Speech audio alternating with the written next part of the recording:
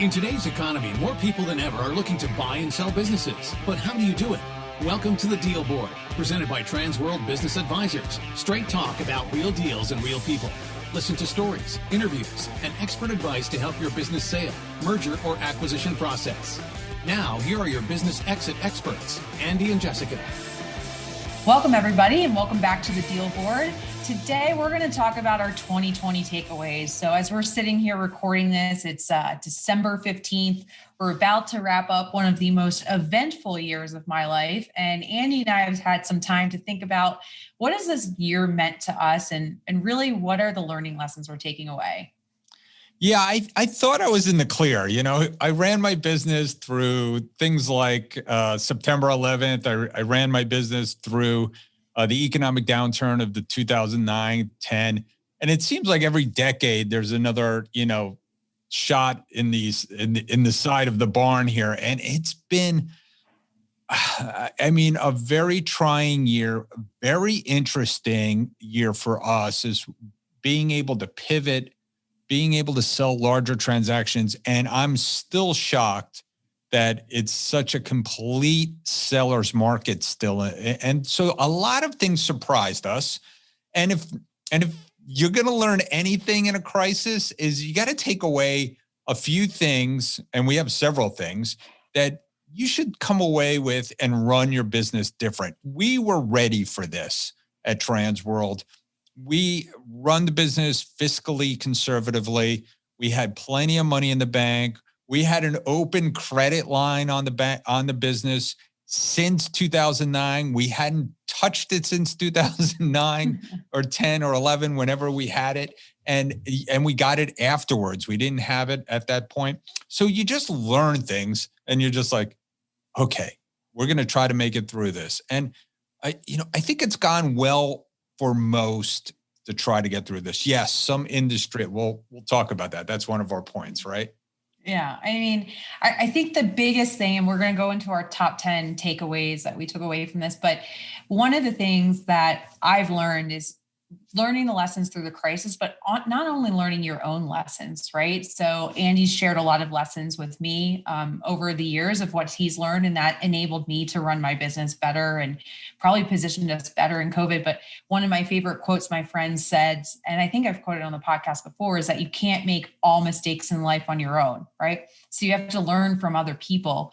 And if you can learn from other people and yourself through these crises and through these more challenging years, the better years are going to be even better, greater. So why don't we go into our top 10 takeaways, and we've got some commentary, but hopefully with that in mind, you all that are listening to this show can learn from some of our lessons and some of our experiences to try and make 2021 in the future even better for your business. Yeah, I agree. So let's start off with number one, and I'll start it off by saying people are important, right? That human connection. If there's anything that I missed through this whole process is that human connection. I do miss the events. I do miss visiting you and your team in Denver. I do miss traveling around. And of course, I miss my family and friends that we had an outdoor event a couple days ago and ran into some people that I hadn't seen since before this whole COVID crisis started. And it was just like, it was really kind of like so heartwarming to see them. So I don't think that's going to stop. What do you think? Yeah, I don't think this virtual world can ever replace human connection. It's been great. You and I get to jump on these video calls every couple of weeks, and we've been doing this for the last few years, but it's not the same as having dinner together or being at a conference together.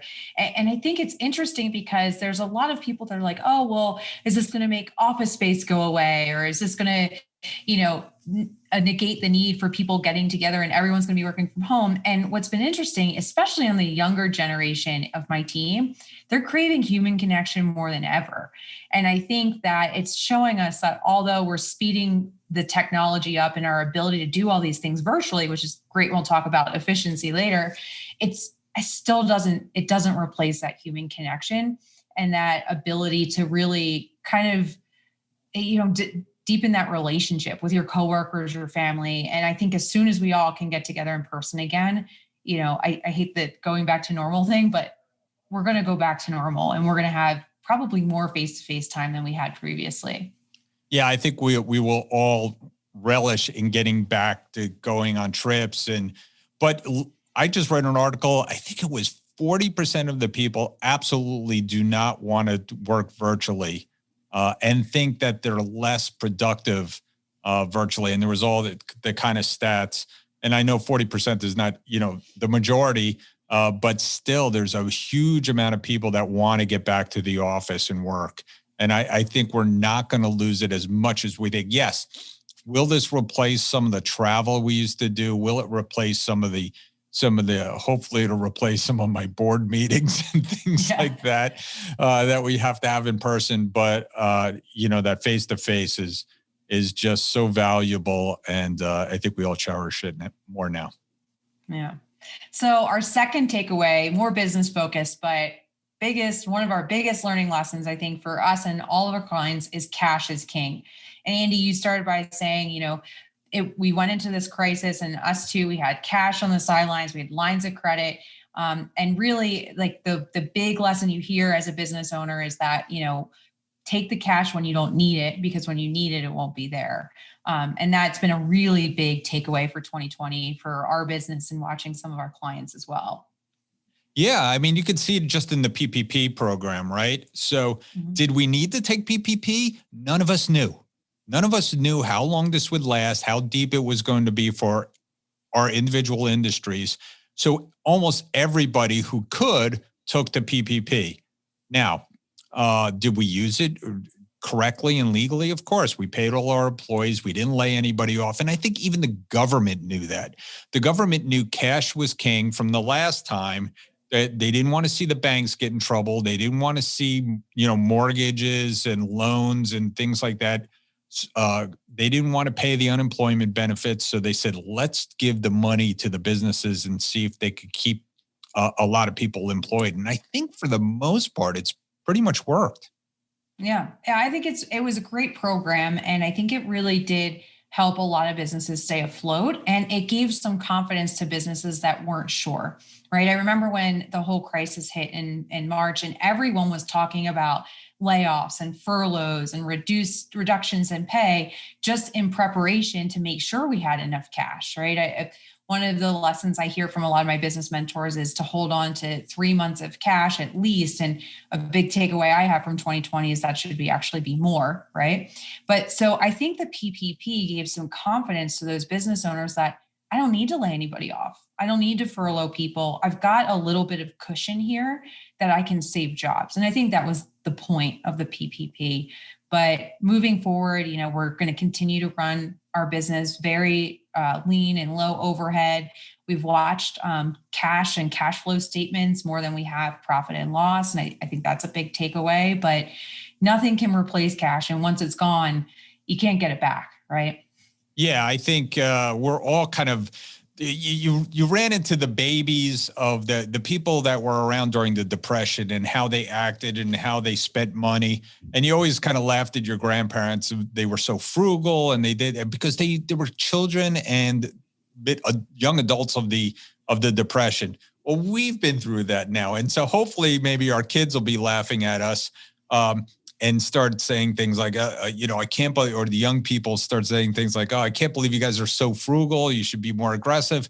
And we're like, no, we've lived through two different, economic crises. So, which brings us to our third point, which is crazy. And what's crazy about this COVID crisis was how fast it all happened. I mean, listen, we weren't a part of the Senate hearings and we weren't part of the intelligence. And yes, we did hear about we heard about the virus coming, but nobody imagined how fast it would take us over. No, it was crazy. I was at a leadership conference the week before the shutdowns occurred in Colorado. And I got on the plane a week before, and yes, there was this COVID thing going on in China, but we weren't talking about any shutdowns. And the day after I landed, the economy and the businesses shut down in Colorado, and we went into a stay-at-home order. So, you talk a lot about economic indicators, and we've talked about on the show macroeconomic indicators. When's the next recession coming? And a big big takeaway for both of us is that sometimes you don't know. I mean, it happened in a span of a week or two, but even if we were looking and we were all looking at what was going on in China and ahead, we probably only had a couple months heads up that this was coming. And I don't think anyone predicted how fast and how deep it would go. No, I know. I mean, listen, I made some decisions that, we had people come over our house and stay. I was like, it'll be a couple of weeks. It just happened so fast. And I don't think anybody predicted it would last so long. I mean, we're going to be, by the time we're done with this, well over a year. So good economies end very quickly. We had a great run. And I think we'll have another good run. It seems like every 10 years we go through this cleansing cycle. I was talking to somebody today who felt that there might be a recession after this. I don't think so. I do think money's still cheap. People are going to invest. People are going to go out there and spend money that they've been waiting on. I do think we're going to have a little bit of the roaring 20s again, like they did after the Spanish flu pandemic in 1918. So I'm very hopeful and very bullish on the small business economy and the economy in general. I agree. There's a lot of pent up demand. And I think we are recorded and on YouTube and all the podcast places that we said, hey, this COVID thing, it's a short-term crisis. So it's just funny to look back at that. All right. So takeaway number 4, there are winners and there are losers, but sometimes surviving is winning. So, I mean, I think this one's a little self-explanatory, but like you teed up, Andy, there was definitely some losers in this crisis, and it's really unfortunate. But when we look at the restaurant and food service industry specifically, I mean, it was just crushing to that industry, and there was no judo entrepreneurial moves you could really do to really do much more than survive at that point. Yeah, I mean, again, the PPP saving, I think we were talking earlier before we started about how many businesses we're selling. And one of the big sectors is usually the hospitality, certainly here in South Florida and in Denver, the tourism industry. And those two things have been crushed. I mean, one of the big industries down here in South Florida is the cruise industry. Oh, my God. I mean, they are having the roughest time. And the live music industry. Live music, entertainment. My daughter is a performer. That whole industry is just shut down. The whole Broadway thing, live performances. I think all those things are going to blossom when they come back. But again, there have been some serious losers where you said it perfectly. There's no judo moves. There's no book reading, business psychology, strategic planning that could save you when your business goes to absolute zero. I mean, beyond zero. So I think the PPP rolling out, hopefully by the time we publish this, there'll be another round out there. And the EDIL loans have worked great for some businesses, worked for my brother's business very well. I think there's going to be another PPP, and I'm praying that the PPP won't be as generic, and it will be very targeted to those industries that need it. Yeah, it definitely looks like it's going to be targeted for the ones that were most affected. I mean, it is a good takeaway and learning lesson is that, always understand what's going on in local business regulations, because there's other things that happen too. I mean, in Colorado, we're looking at labor law changes, and no matter what side of the fence you sit on politically, you have to understand as a business owner how those changes will affect your business. And obviously the restaurant industry came so hard and so fast and is temporary, long-term temporary, but really you just never know.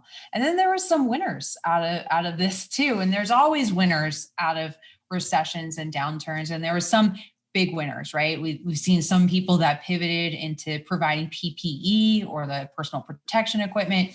We've seen businesses that just actually did what we did and buckled down and made their cash flow better and their net profit better. So even if they weren't growing, they were more profitable. But they're definitely winners through this challenge too. And sometimes, like I said, winning is just surviving. And we've seen this with a lot of our clients that, the goal is not growing anymore. The goal is just be flat year over year. Yeah, that's why we think we're going to have a very busy 2021, because as soon as this ends and those businesses start coming back, the things that were tourism based, the things that supplied the cruise industry here in South Florida, things that supplied the ski industry, even though that might be doing okay. The tourism businesses itself, I think what's going to happen is those people are in survival mode and they don't want to go through this again. And as soon as the light at the end of the tunnel comes and they are able to continue to start their businesses again, I think what's going to happen is valuation experts, SBA, banks are going to ignore 2020 financials. If 2019 and 2021, and let's say on a run rate, because the beginning of 2021 is going to be rough too. But if they start recovering, we're going to be able to carve out and ignore 2020 as far as valuation is concerned. And those businesses are going to come to the market and say, all right, we're done. And I think there's going to be plenty of buyers for them. Yeah, there's tons of buyers for them, which actually moves us a little bit into our point number 5, which is that small business is really the backbone of the economy. And we've seen this tied directly between the shutdowns and the reduced restrictions on small businesses and the rise in unemployment. So we've talked a lot about on this show that there's a large percentage of jobs that are provided by small businesses across the U.S. and in every state, some more than others. And we saw a lot of those job reductions at the small business level. And that's why our unemployment rate has risen. And in our industry, that's also why we have a lot of buyers in the market, which is helping us sustain that seller's market that we're actually both a little surprised about, but it's just because we've had a huge flood of buyers in the last 6 months for businesses. Yeah, it's been absolutely crazy. And like you said, small business also had the ability to pivot, right? So we know some small businesses, again, some of them got the PPP loans, some of them were able to pivot in what they do. Like you said, they were supplying PPP, or I had a buddy who had a pizza parlor and, he pivoted very well into a takeout mode, going online, getting with DoorDash and Uber Eats, and being able to actually increase his profitability and increase his revenues. And so, so I think that's I think that's something that is going to do well for small business. And some of these big businesses that could make it. Of course, you're seeing all these these companies go out of business, not come back. That's going to be opportunities for entrepreneurs. Yeah, opportunities to grow and take a hold of that hole that's left in the marketplace, whether it's just organic growth or even growth through acquisition, because you're just going to see, like we're talking about, it's a seller's market, right? And there's still a high level of demand for businesses because we have more good buyers than we do good sellers. But at the same time, there's opportunities, especially in some of these more injured industries like we've been talking about. Yeah. So number 6 is something that I kind of threw in there. I think hopefully everybody learned from this that it pays to be nice. And this is not a political statement on the current economy or the current political landscape. I think what I've seen in business is that people have been super generous, employees being super generous, vendors, bankers, landlords, everybody really kind of getting together and being nice through this and continuing to understand the human condition with, that this is affecting some serious, the first responders, the people in the restaurant industry, as we said, the waiters, the waitresses, the bartenders. I think people have been super generous. And I've seen it because I sit on a few nonprofit boards, and some of our nonprofits have had incredible corporate support, incredible grants support from foundations. The foundations know that this is it. This is the time they save the money to spend. And I've seen several of them step forward and make it happen. So I think this is the era of being nice.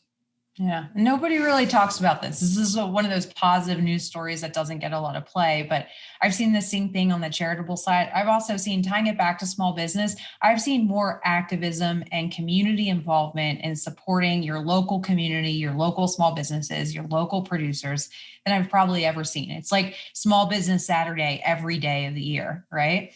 And it's, how can we support? How can we help? Is it shopping? Is it leaving reviews? Is it, finding additional employees? And there's just been this supportive environment that I think, internally in your company, it really solidifies your culture of this support and kindness. But externally, it solidifies your community. So it's been really inspiring. And I think hopefully moving forward, this is the level that we continue to all play at and hold ourselves accountable to, even in good times. Yeah, I mean, we didn't even talk about embracing diversity. I think it's been a groundbreaking year for people to come forward and say, okay, there's something wrong here. And I think 90% of the world, of course, wants to make the world a better place for everyone and more opportunity. We're committed here at Transworld. We've said that over and over again, that we want to help people have economic opportunity, no matter their color, no matter their immigration status. I mean, we want to help people, and so I think that's going to go forward. So we're going to certainly make an effort for it to go forward. Yes, at least on our end. But again, it's been a great positive year, and that kindness is really a big takeaway.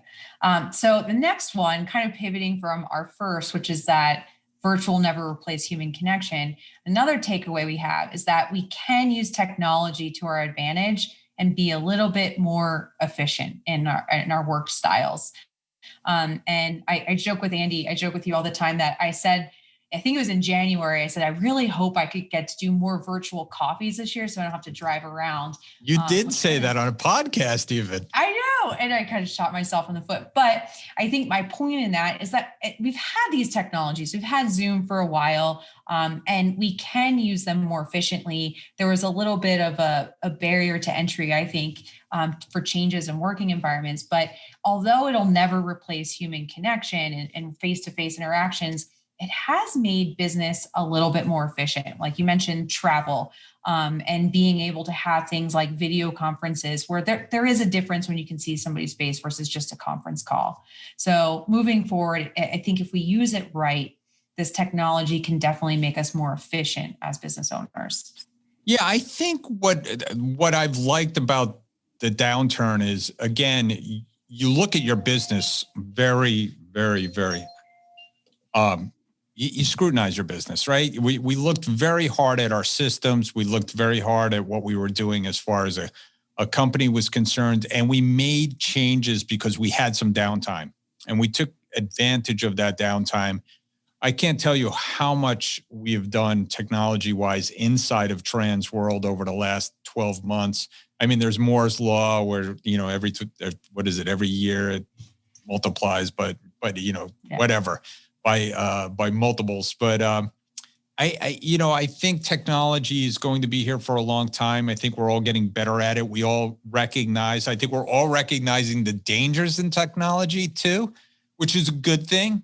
I mean, I'm sitting here and we just had one of the biggest data breaches ever in the United States history, and we've yet to see what that really looked like. But we're understanding how to lock down our technology better, and I think we're all being better stewards of technology, realizing that we shouldn't have our faces in our phones 99% of the day.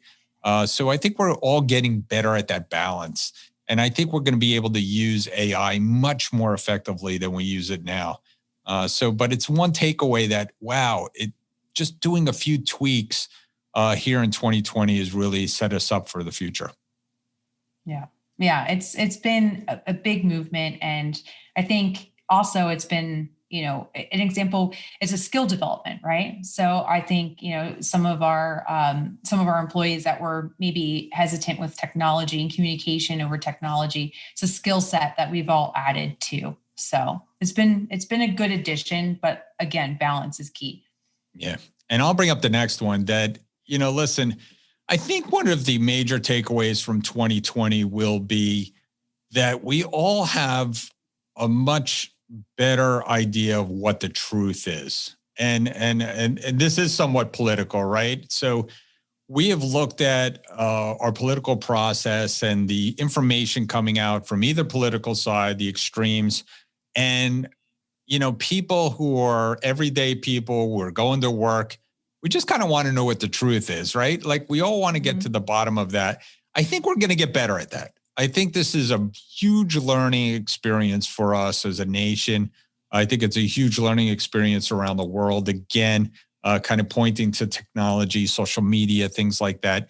I think we're all going to get better at seeking the truth and understanding the truth. I certainly hope so. I mean, I think that's a goal that we all need to have. I agree. And I think, outside of political stuff and the election and everything, we're in this age where there's so much information being thrown at us. And like, I don't even know what the current stat is on how many new pieces of information are created by the minute around the world.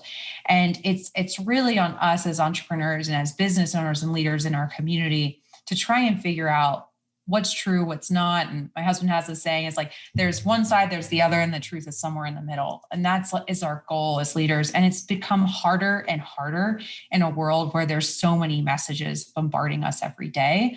But really, I think for me as a takeaway, that's my role as a leader, is to try and understand exactly what I need to know to lead the company. Yeah, I think my takeaway from it is that I need to be diverse in my information sources, and I need to be open-minded. But then I need to stand up as a leader as well and call it out. And it's tough. It is tough. We all have family members. That family member that is on perhaps one of the fringes, and you just cringe every time they say something. And it's like, yeah, you can't really believe that, can you? But they do. And so I think, as leaders, as business leaders, small business leaders, we all need to be a part of that solution. So, and that kind of leads us to number 9, right? Yeah. So number 9 is be more charitable and help your community. And this kind of ties back to what we were talking about with be nice, right? But as leaders, it's our role to really focus on community development, be more charitable. I won't give away our last one, but this ties a little bit into that one too. But if you've done well, if you're a winner, if you're surviving, help those who need the help in this time. Yeah, I was just going to say that it ties right back to the winners and losers, right? We recognize that there's some hard losers. I was watching the Today Show today and they had a special on food banks and food, and 40% of the people going to food banks this year are first timers. That's mind blowing. 1 in 6 Americans are now food insecure. I happen to have, little plug here, andyspastadinner.com. I have an annual fundraiser. It's a big fun dinner. And this year we kind of decided to take a serious tone. We're not having a dinner. We're not going to have 1,000 people in the room. We're not going to be running around celebrating and trying to raise money for a very good cause. This year we're kind of buckling down and saying, no, we need to raise money for a really good cause. And I want to thank everybody. We just launched the website. It usually happens around February, but now through February, andyspastadinner.com, we are going to raise money specifically for LifeNet for Families, which services locally. But I encourage everyone to go out there and raise money for their community as well, because they need help. I mean, the bottom line is they need help. While, the foundations have been more charitable, and I've seen some corporations been more charitable, they need it times 4. Right? Again, 40% of the people out there have never been on a food line. And just think of that, and we could, I know you and I, and we all think that we could have been that family. We could have been that family in the wrong business and been crushed. And so I think about that a lot. Yeah, there's never a rhyme or reason to who the winners or losers are. And it's a very thin line, right? And I think it's our responsibility to give back. I mean, like you said, Andy, they need more help than ever. Although there is a lot of people still giving, there is a lot of people hurt. A lot of their donors are hurt and had to pull back some funding for these charities and these community service organizations. And at the same time, you look at the unemployment rates, and most of these charities have people coming to them that need more help than ever.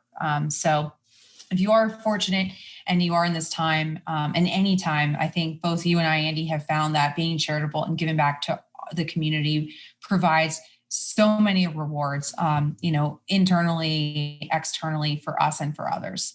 So with that, yeah, it's been a huge part of our lives. So with that, let's move into our last takeaway for 2020, which is just be great. I have some gratitude. I mean, just live life to the fullest. If this has taught you one thing, is that, it can be taken away from you at any time.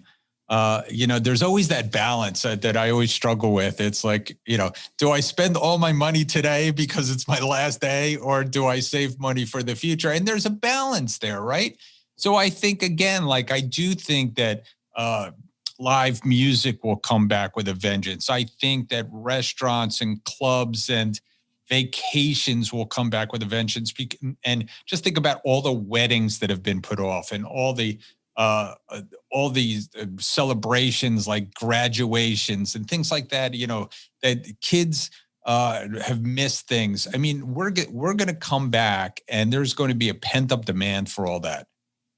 Yeah. And I hope there's a pent up amount of gratitude too, right? And I was thinking about this one, and I myself was guilty. That same trip in Hawaii, I was on the beach with Al, complaining because it wasn't warm enough. I'm in Hawaii, it's 70 degrees, right? And it's early March, so in Denver, it's like 20, right? And I'm complaining, and now I look at it and I'm saying to myself, just be grateful in the moment, right? And this ties back to the technology thing. I see multiple people who are sitting on the beach on vacation on their phones, right? And their families right there. Live in the moment, be grateful. The next time you're at that live concert at Red Rocks or watching Springsteen perform, I can't wait. Just be happy and be grateful. And I think hopefully, I think this has taught a lot of people that. I hope it lasts longer than just the pent up demand for getting back in person and appreciating the Sunday night dinners with your family, and, the weddings of the third cousin that you weren't really planning on going to, but just have appreciation for all those moments. Yeah, I agree. I have a pin collection in my closet, and I collect pins from some of my trips. And there was my Red Rocks pin staring me in the face the other day. And I thought, I've never seen our live show at Red Rocks. And I said, I'm going to schedule one. I'm going to go with Al and Jessica. We're going to go to Red Rocks and have a good time. So that's a great list. I mean, yeah, I thought that was, if we're going to take something away from 2020, we don't want to undermine the loss of life, incredible loss of life that has happened. Families have been certainly devastated. And businesses have been devastated, and we recognize that, and we want to be part of the solution. And I think as humankind always does, and we love our country because we have the ability and the opportunity to make things better. And I think we're going to be able to do that.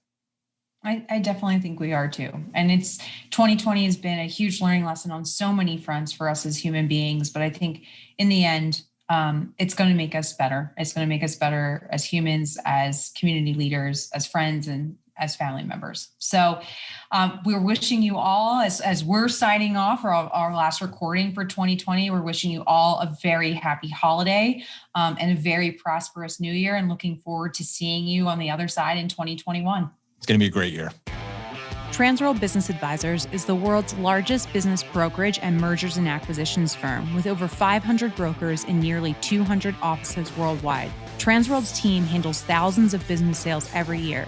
To be connected with a qualified business broker or learn more about the buying and selling process, visit tworld.com/the deal board or call 888-719-9098. Hey, Andy, do you know what time it is? It's time for our deal of the week. Deal of the week. Sold. Hi, welcome back, everybody, to the Deal Board. And our deal of the week this week is brought to us by Aaron Fox. He is the owner of our Transworld Business Advisors office in North Boston. Aaron, thanks for joining the show and welcome back. Thank you, Jessica. Great to be back. So your deal of the week this week is a tax preparation company. Tell us a little bit about the business. We always love to see tax prep companies because they're, anytime that we're dealing with money, everyone seems to like those kind of businesses.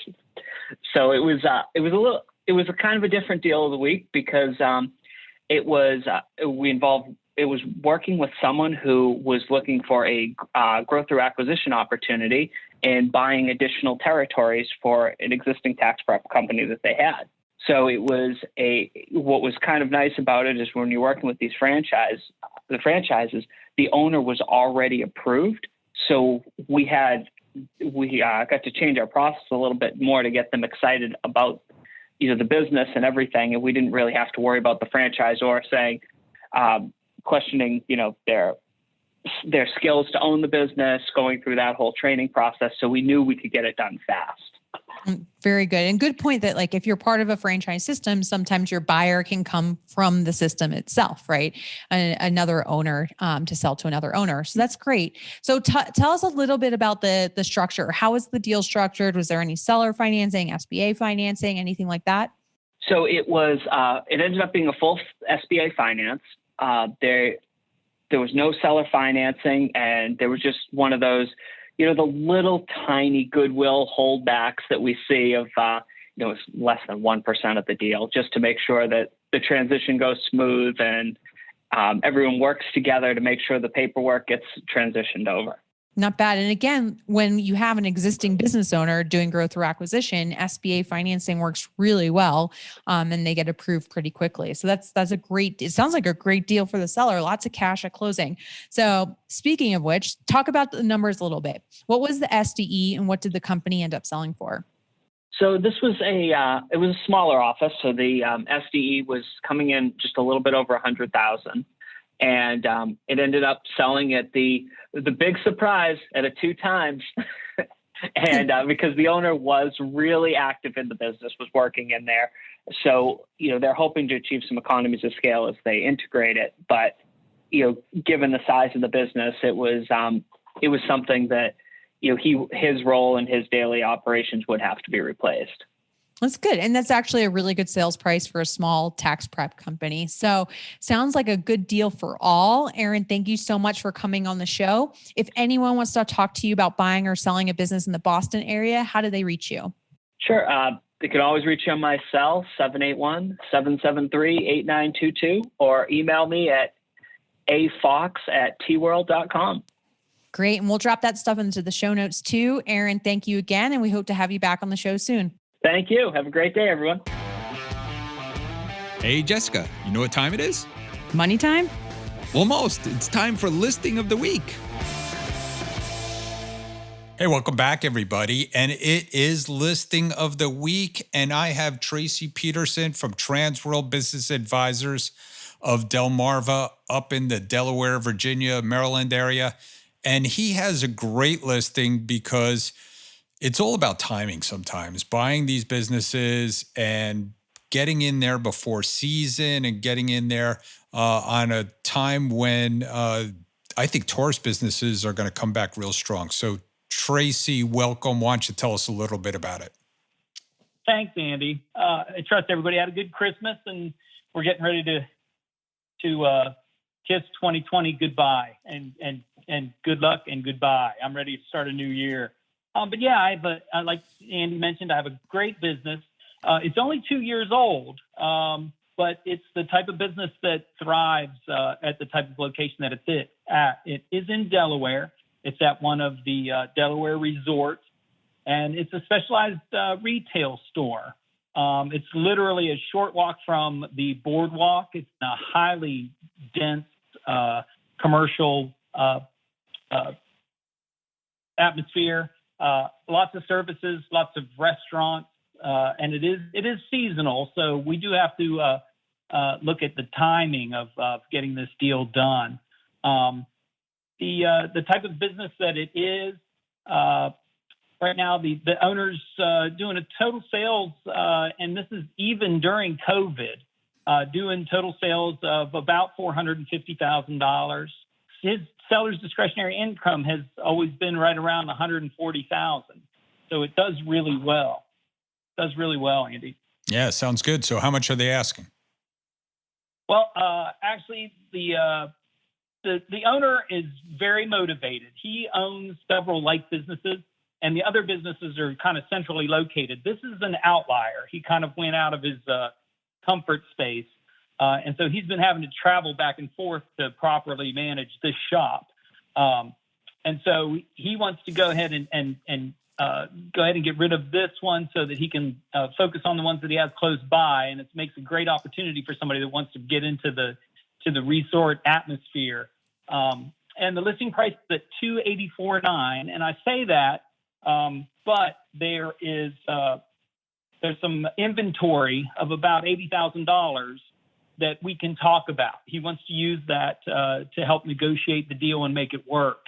And he has shown that he's very interested in making it work for a new owner. So he's willing to share a lot of his industry expertise. He's been doing it for 17 years with this particular type of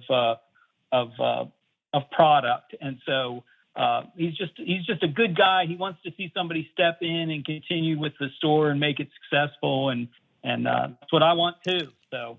Yeah, good. We want good deals for good people. So sounds like a great deal, and it sounds like something that might sell fast. So what's the best way to get in touch with you, Tracy? Well, I tell you what, you can call us at T-World of Delmarva. It's 410-543-2299. And can I give my personal email, Andy? Is that all right? It's tpeterson, Peterson, @tworld.com. And I'll be on the outlook. I'll be looking out for any kind of inquiries because it is good business and it should move pretty quickly. So reach out as soon as you can. You got it. Thanks for coming on today. I appreciate it. Thanks for having me. Have a great New Year. Thanks for tuning into the show today. If you like the podcast, share it with your friends on social media. And don't forget to subscribe and leave us a review on your favorite podcasting app. If you have questions, would like to appear, or have suggestions for topics for the show, get in contact with us through our website, thedealboardpodcast.com.